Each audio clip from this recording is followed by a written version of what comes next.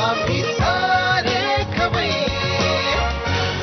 तर रोहिणी काय शिकवत आहे? काकडीचा कायरस.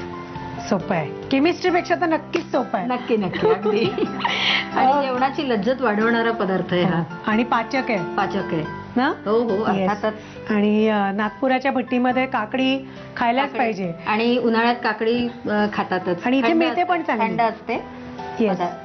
बरं, तर मला साहित्य सांगता काय काय घेतोय? कुचवलेली काकडी, चिंचेचा कोळ, दाण्याचं कूट, चवीकरता पिठी साखर, मीठ आणि मग नंतर फोडणी द्यायला तेल, मोहरी, जिरं, हिरवी मिरची, हिंग, हळद, जिरेपूड आणि सजवण्याकरता कोथिंबीर. साहित्य आपण बघितलं काय काय घेतलं. आणि काकडी जी आपण घेतलेली आहे ती चोचवून घेतली. हा, चोचवणं म्हणजे हा एक वेगळा प्रकार आहे. साधी चिरली तर बारीक चिरली तर ती त्यांनी वेगळी चव येते आणि या चोचवण्यानी वेगळी चव येते. बरोबर. तर त्याच्यामुळे त्याला असं म्हणजे काकडी घेऊन उभ्या फाकी करायच्या आणि आडव्या आणि मग ती बारीक कापायची सुरीनी किंवा तो जो वेळेवर रस पण. सुटत हा. राहील त्याचा. तो जास्त त्याला खास हा. चव येते त्याच्यामुळे. येस. आणि आता हे पिठी साखर पिठी साखर आहे. म्हणजे लवकर विरघळायला म्हणून साधी साखर आधी काकडी घेऊ ना का आधी चिंचेचा कोळ घ्यायचा. हा फक्त कोळ आहे ना ह्याच्यात? हा, काय कोळ आहे? आहे. मग नंतर थोडा पाणी घालावं नाही, लागेल गुळ आपल्याला. वगैरे नाही ना? नाही नाही, फक्त नुसता चिंचेचा कोळ आहे. चिंच चांगली भिजवून ठेवली होती. थोडा घाला आणखी पाणी घाला. सांगा. आता त्याच्यात दाण्याचं कूट घालायचं.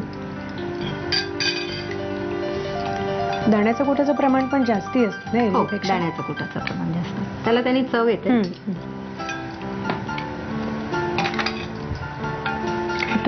आता पिठी साखर. पिठी साखर. साधी साखर घातली तरी चालते पण पण ती ते विरघळायला वेळ लागतो. आणि ही चवीप्रमाणे घालायची. म्हणजे साधारण ज्यांना गोड जास्त आवडत असेल किंवा आंबट जास्त आवडत असेल तर कमी घालायची. आणि ते चिंचेच्या प्रमाणात तरी चिंचेच्या प्रमाणात पाहिजे. आणि आता मीठ. मीठही चवीप्रमाणे. चिंच आहे म्हटल्यानंतर मीठ काकडीवर जास्ती लागणारच आपल्याला. तर जिरेची आधी जिरे. अच्छा, साधारणतः चमचाभर जवळजवळ जिरा पावडर. आता काकडी घालायची.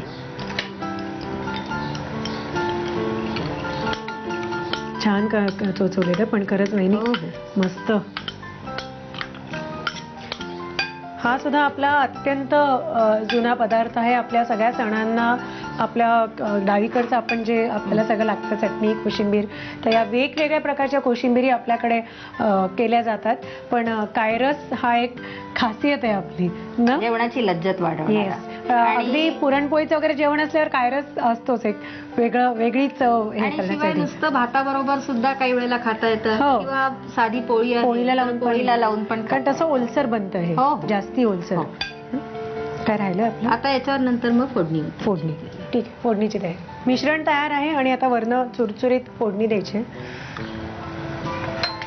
तेल तापले. आता मोहरी घालायची. फोडणी पण नेहमीची आहे. हो, नेहमीचीच. जिरं, हिंग. छान हिंगाचा स्वाद येतो. हळद थोडी आणि हिरवी मिरची ही चवीप्रमाणे. कोथिंबीर वरनं ना? कोथिंबीर वर. आता घालू चुरचुरीत. एक मिनिट. तुम्हाला थोडंसं ते तिरकं पडेल ना?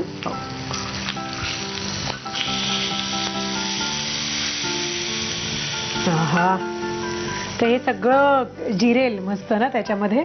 आणि वरनं कोथिंबीर थोडीशी सजवली की झालं. तर आता रेडी झालेला आहे कायरस. पटकन साहित्य आणि कृती घ्या. काकडीचा कायरस बनवण्यासाठी लागणारं साहित्य: चोचवलेली काकडी, चिंचेचा कोळ, दाण्याचं कूट, पिठी साखर, मीठ, तेल, मोहरी, जिरं, हिरवी मिरची, हिंग, हळद, जिरेपूड आणि कोथिंबीर. कृती: प्रथम एका बाउलमध्ये चिंचेचा कोळ घेऊन त्यामध्ये पाणी, दाण्याचं कूट, पिठी साखर, मीठ, जिरेपूड आणि चोचवलेली काकडी घालून मिश्रण एकजीव करून घ्यावं. तेलामध्ये मोहरी, जिरं, हिंग, हळद आणि हिरव्या मिरचीची फोडणी करून ती काकडीच्या मिश्रणात एकजीव करून घ्यावी. वरून कोथिंबीर घालून डिश सर्व्ह करावी.